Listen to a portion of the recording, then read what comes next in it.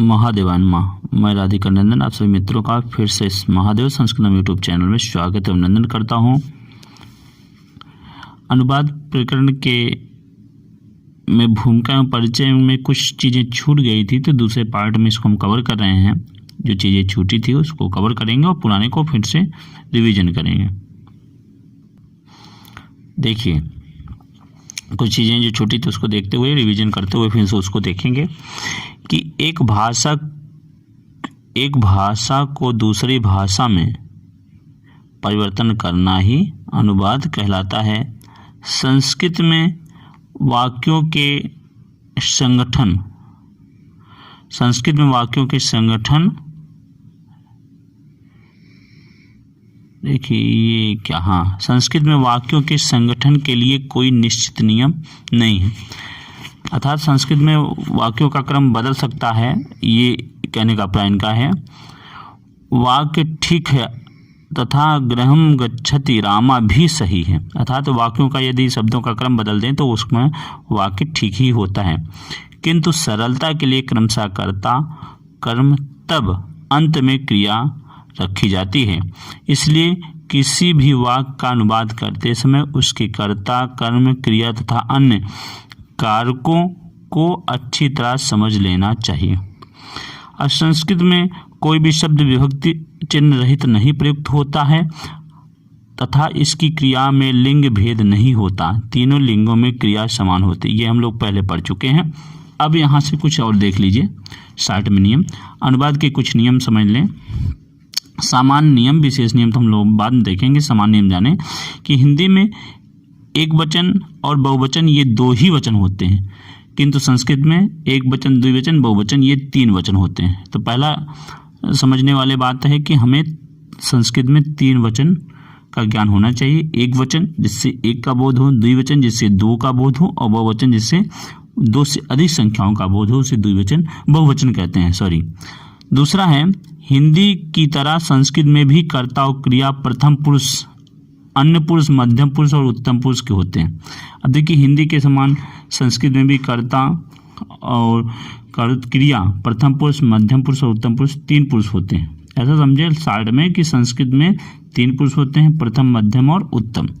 अगला देखें तो संस्कृत में 3 वचनों के कारण 3 पुरुषों में प्रत्येक क्रिया के प्रत्येक काल में 3 × 9, 3 × 3 = 9 रूप होते हैं। जैसे लिख, लिखना, वर्तमान काल लट लकार में लिखति, लिखता, लिखन्ति, लिखसि, लिखता, लिखत, लिखामि, लिखावा, लिखामा, ये 9 रूप है। कहने का प्राय है कि 3 पुरुष की भांति संस्कृत में प्रत्येक पुरुष के प्रत्येक वचन के अनुसार क्रियाएं भी होती हैं, अर्थात जैसे प्रकार 3 पुरुष होते हैं, समझे, 3 पुरुष की 3 वचन की कर्ता भी होते हैं, 3 वचन की क्रियाएं भी होते हैं।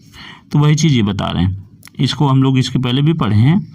और देखें तो हिंदी की तरह संस्कृत में भी कर्ता, कर्म, करण आदि 7 कारक होते हैं। अब देखिए, यहाँ 7 बता रहे हैं, वहाँ 8 बता रहे थे, लेकिन 6 ही कारक होते हैं, न समझना है। किंतु उन्हें प्रथमा, द्वितीय, तृतीय आदि कहा जाता था, सप्तमी विभक्ति तक कहा जाता है।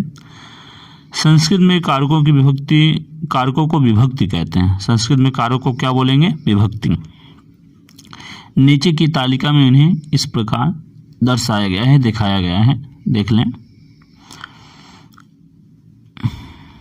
देखिए, प्रथमा कर्ता ने, ये देख लें इस तरह,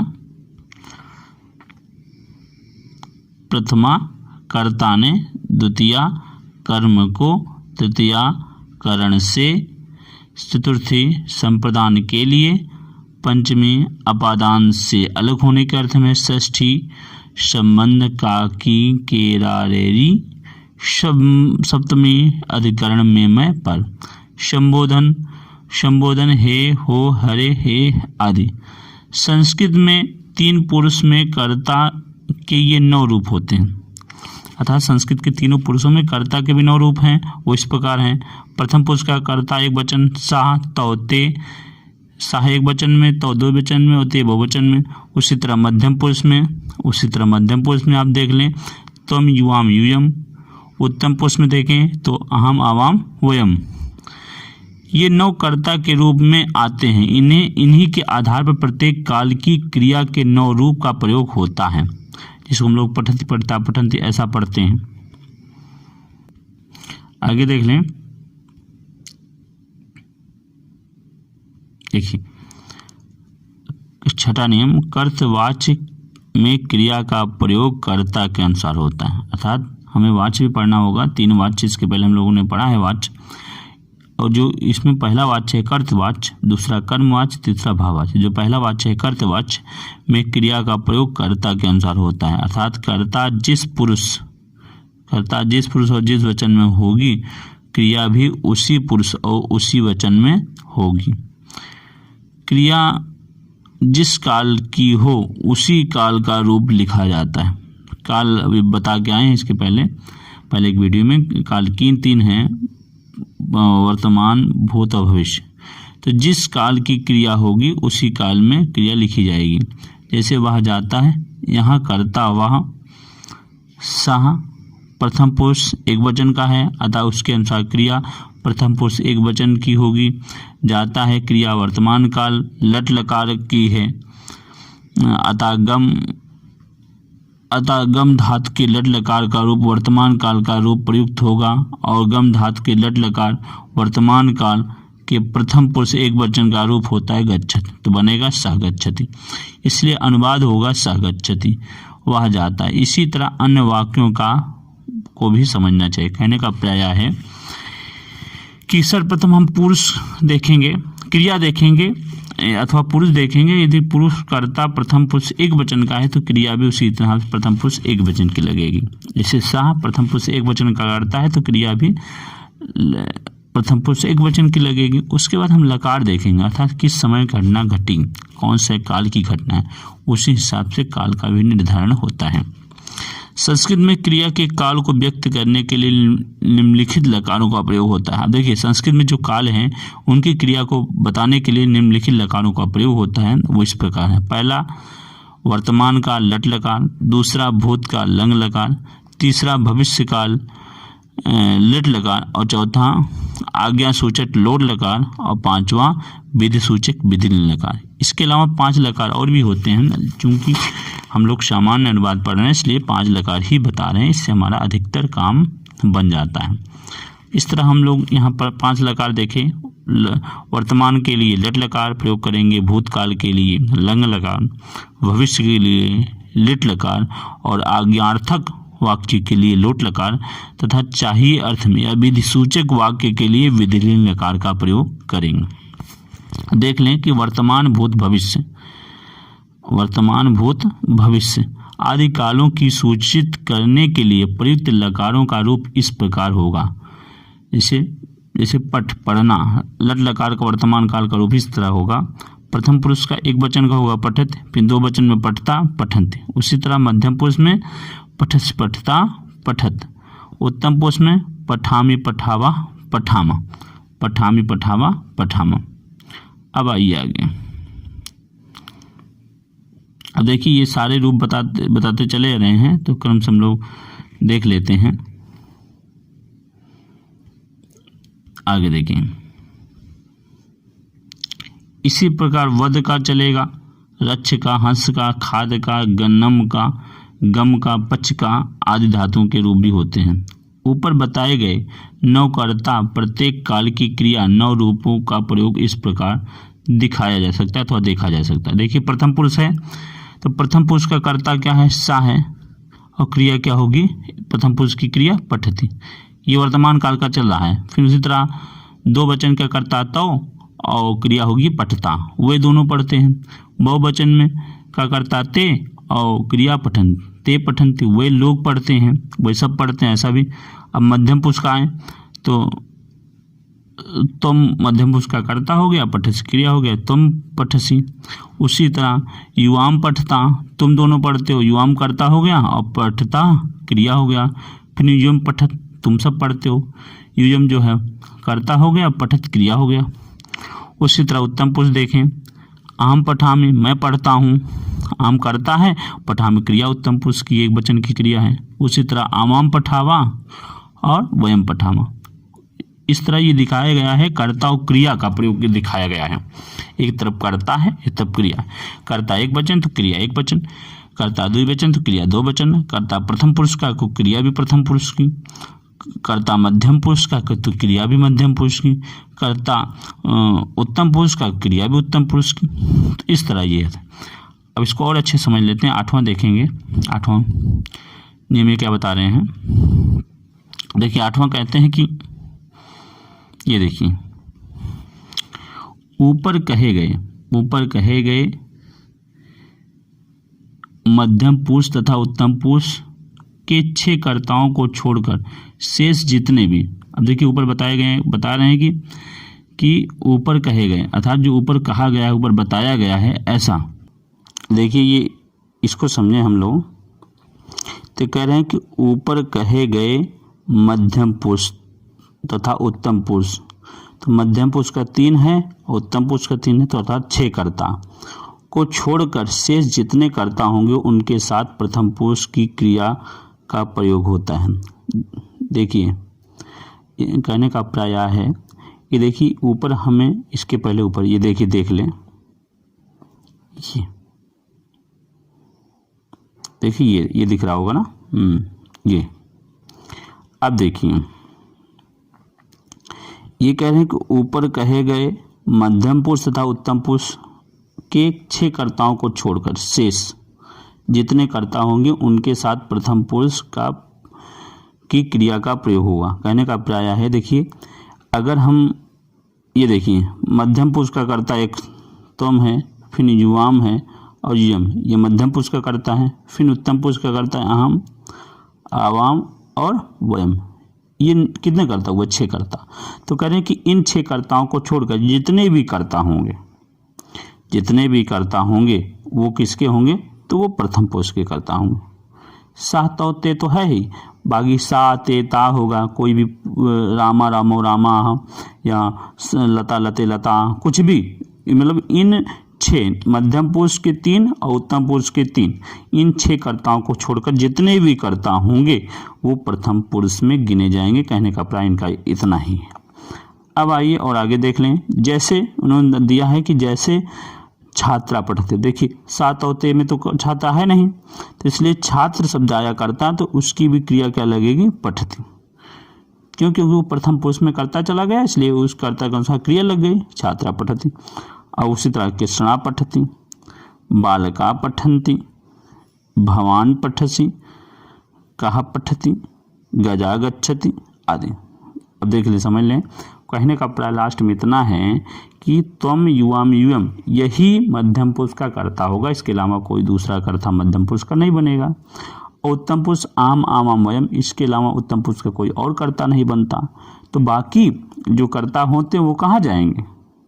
तो वो अन्य पुरुष या प्रथम पुरुष में गिने जाएंगे। उसी का उन्होंने उदाहरण दे दिया कि भवान पठती होगा, कह पठती होगा, गजा गच्छति होगा, कृष्णा पठती होगा, बालिका पठती होगा। आइए और देखते हैं। आगे कह रहे हैं कि इस प्रकार कर्ता और क्रिया का जोड़ा जाता है। इस प्रकार कर्ता और क्रिया को जोड़ा जाता है।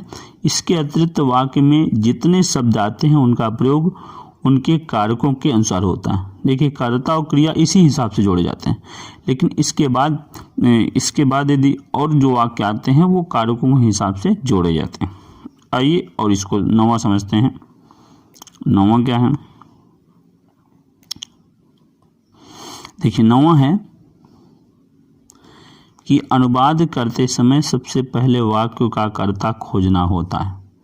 कि अनुवाद यदि करना है आपको तो सर्वप्रथम हम क्या खोजेंगे? कर्ता चाहिए। कर्तवाच्य में क्रिया के पहले कौन लगने से उत्तर में आने वाला वस्तु कर्ता हो जाती है। अब देखिए ये कह रहे हैं कि यदि अनुवाद हमें करना है तो सर्वप्रथम वाक्य में हम कर्ता खोजेंगे, अर्थात वाक्य में कर्ता कहाँ छिपा इसको खोजेंगे। खोजने के लिए कैसे? यदि कहते हैं कि कर्तवाच्य का सेंटेंस यदि होता है तो वाक्य है तो क्रिया में कौन लगा के हम निकाल लेंगे कर्ता। जैसे वह पढ़ता है, ऐसा है तो पढ़ता है क्रिया है, तो क्रिया से हम कौन पढ़ता है तो वह उत्तर आया है, यही कर्ता है, ये कर्तवाच्य में है। फिर जब कर्ता पहचान लिए तो फिर क्या करेंगे, तो फिर कर्ता आदि एक वचन है तो प्रथमा विभक्ति के एक वचन का रूप द्विवचन है तो। अब देखिए, कर्ता यदि एक वचन है तो प्रथमा व्यक्ति एक वचन का रूप लिखेंगे, यदि द्विवचन हो तो प्रथमा व्यक्ति दो वचन का रूप लिखेंगे। रूप और बहुवचन का है तो प्रथमा व्यक्ति बहुवचन का रूप निश्चित करना चाहिए। अर्थात अब फिर उसके बाद जब कर्ता खोज लेंगे तो दूसरा काम ये बता रहे हैं कि उसके वचन देखना चाहिए, प्रथम पुरुष है कि कर्ता प्रथम पुरुष का है ही, तो उसके बाद वचन निश्चित करना चाहिए, एक वचन का है, दो वचन का ही, बहुवचन का है। इसके बाद कर्ता के पुरुष पर ध्यान देना चाहिए। अर्थात अब देखिए, सर्वप्रथम कर्ता खोजना चाहिए, क्रिया से कर्ता पूछेंगे, उसके बाद कर्ता जो है वो कितने वचन में है उसका वचन पता लगाना चाहिए। उसके बाद वो तीसरा काम है कर्ता का पुरुष पता लगाना चाहिए। कर्ता का पुरुष, कर्ता के पुरुष और वचन जान लेने पर क्रिया के काल का निश्चित करना चाहिए। देखिए, जब कर्ता का प्रथम वचन भी पता हो गया, पुरुष भी पता हो गया, उसके बाद हम सेंटेंस का काल निर्धारण करेंगे, अर्थात वो किस समय घटना घटी है इसको पता लगाएंगे। इसके बाद क्रिया के उस काल के रूप में से जो कर्ता के पुरुष और वचन का काल एक रूप छांट कर लिख देना चाहिए। इसके बाद वाक्य के अन्य शब्दों के कारक और वचन के अनुसार रूप भी यथास्थान लिख देना चाहिए। देखिए, अब देखिए इसको समझने वाली बात कह रहे हैं, वाक्य में सर्वप्रथम कर्ता खोजिए। क्या खोजेंगे? कर्ता। फिर कर्ता का इसी कर्ता का वचन खोजेंगे, वचन के बाद इसी कर्ता का पुरुष खोजेंगे। ठीक है, अब पुरुष के बाद फिर वाक्य का काल निर्धारण करेंगे, वाक्य का काल, और कर्ता के हिसाब से क्रिया लिख देंगे। उसके बाद जो और सेंटेंस है कारकों के हिसाब से उनके कारकों के वचनों के हिसाब से उनके रूप को यथास्थान लिख देंगे। अब आइए 10वां पाठ समझ लें। 10वां क्या कहते हैं? 10 ये बता रहे हैं कि क्रिया का सामान्य रूप धातु कहलाता है। अब क्रिया को विषय बता रहे हैं कि क्रिया का जो सामान्य रूप है वो क्या कहलाता है? धातु। जैसे यथा गच्छति, पठति, अपठत, पठेत आदि क्रियाओं में गच्छ, गम, अगच्छ, पठ धातु है। ये सब धातु 3 प्रकार की होती हैं, परस्मैपदी, आत्मनेपदी तथा उभयपदी। परस्मैपदी धातु में तिप, तझी और सिपथस्था, मिप, वस्मस तथा आत्मनेपदी धातु में ता, ताम, झा, था, थाम, धम, इट, वही, महिंग आदि प्रत्यय का प्रयोग किया जाता है। आदि प्रत्यय का प्रयोग किया जाता है। विशेष नियम, इन प्रत्ययों के स्वरूप में भी कुछ परिवर्तन होते हैं। भिन्न भिन्न प्रत्ययों को जोड़ने से धातु के विविध रूप बनाए जाते हैं। तो हम लोगों ने अभी वो पढ़ा, भूमिका दो भी पढ़ लिया, जो कुछ छूटे थे इसको ध्यान से अध्ययन कर लेंगे। इसके बाद हम लोग लकार के आधार पर कुछ अनुवाद के नियम पढ़ेंगे और वाक्य को पूरा करेंगे। तो इस वीडियो में इतना ही। शीघ्र नए विषय के साथ मिलते हैं, तब तक के लिए